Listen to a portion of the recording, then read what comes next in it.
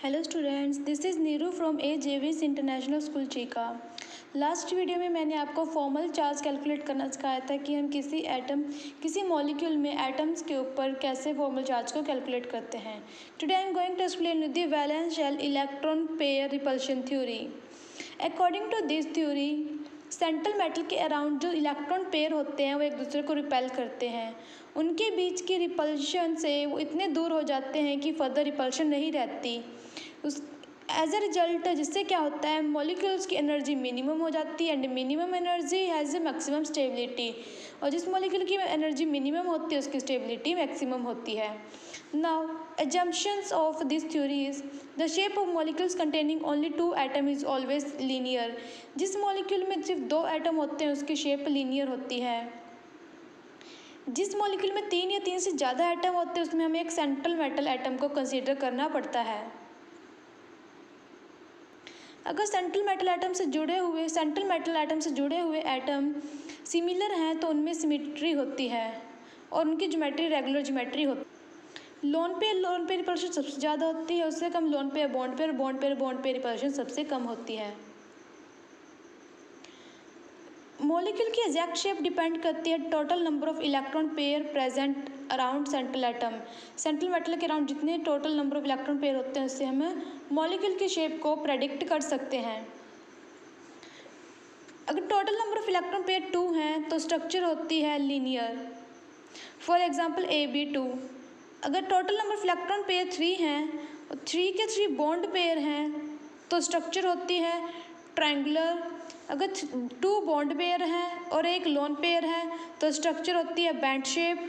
अगर central metal atom के around 4 electron pair हैं, अगर 4 के 4 बॉन्ड पेयर तो tetrahedral structure, 3 bond pair 1 lone pair तो trigonal pyramidal structure, 2 bond pair और 2 लोन पेयर हैं तो बैंड और V shape.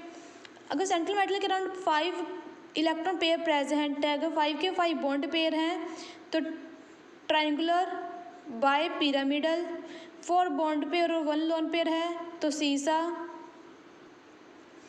3 bond pair 2 lone pair हैं तो T shape, 2 bond pair 3 loan pair हैं तो linear structure. Similarly for 6 electron pair around central atom. अब शेप को कैसे प्रेडिक्ट करते हैं? फॉर एग्जांपल हमें ClF3 की शेप को प्रेडिक्ट करना है तो कैसे प्रेडिक्ट करेंगे? इसमें से सबसे पहले तो हमें सेंट्रल एटम ढूंढना होगा।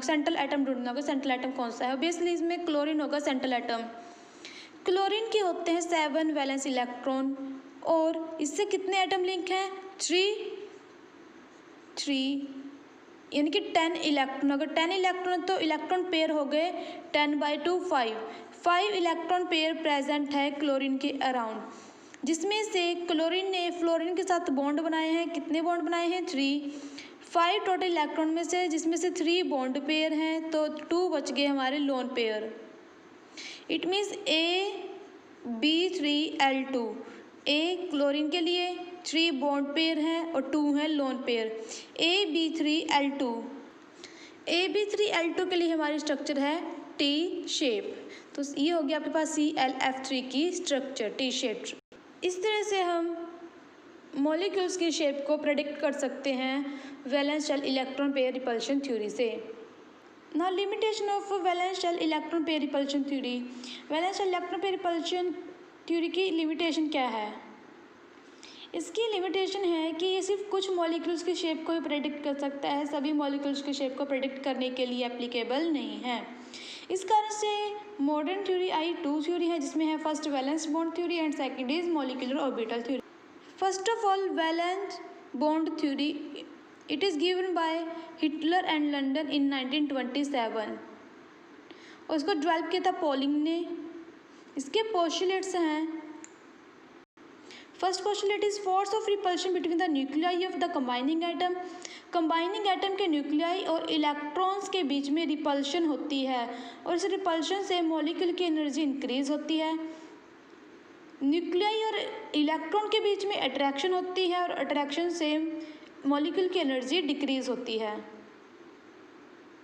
अब इससे हम कैसे प्रेडिक्ट कर सकते हैं कि कोई मॉलिक्यूल बनता है या नहीं? फॉर एग्जांपल हाइड्रोजन H2 की फॉर्म में एग्जिस्ट करेगा या नहीं करेगा? हाइड्रोजन, हमारे पास हमने 2 हाइड्रोजन को एटम को कंसीडर किया। हाइड्रोजन के पास एक न्यूक्लियस, एक प्रोटॉन होता है और एक इलेक्ट्रॉन। दूसरे हाइड्रोजन के पास भी प्रोटॉन और एक इलेक्ट्रॉन होगा। अगर हम इसमें रिपल्शन की बात करें, न्यूक्लियस और न्यूक्लियस के बीच में रिपल्शन होगी, इलेक्ट्रॉन इलेक्ट्रॉन के बीच में रिपल्शन होगी। इन दोनों के बीच में रिपल्शन और दोनों के बीच में रिपल्शन है। लेकिन attraction, nucleus electron attraction, nucleus electron attraction. Similarly nucleus electron attraction and nucleus electron attraction, इसमें हम देख रहे हैं कि अट्रैक्शन वाला फैक्टर डोमिनेट कर रहा है रिपल्शन वाले फैक्टर के। इट मीन्स हाइड्रोजन मॉलिक्यूल की फॉर्म में एग्जिस्ट करता है। अब हीलियम, हीलियम मॉलिक्यूल की फॉर्म में एग्जिस्ट करेगा या नहीं? हमने 2 हीलियम के एटम कंसीडर किए हैं। हीलियम में 2 प्रोटॉन होते हैं, 2 इलेक्ट्रॉन होते हैं। सिमिलरली सेकंड में भी 2 प्रोटॉन होंगे और 2 इलेक्ट्रॉन होंगे। सबसे पहले हम अट्रैक्शन का फैक्टर देखते हैं। अट्रैक्शन होगी इनके बीच में, इसके बीच में अट्रैक्शन, अट्रैक्शन। रिपल्शन का factor electronic repulsion, electronic repulsion, electronic repulsion. Similarly nucleus के बीच में भी क्या है? रिपल्शन। हमें साफ पता लग रहा है कि यहाँ से देखने से डायग्राम को कि रिपल्शन का फैक्टर डोमिनेट कर रहा है अट्रैक्शन के फैक्टर से। इट मीन्स हीलियम का मॉलिक्यूल एग्जिस्ट नहीं करता, हीलियम मॉलिक्यूल की फॉर्म में एग्जिस्ट नहीं करता। Students, you have to read valence shell, electron pair repulsion theory and valence bond theory. Thank you.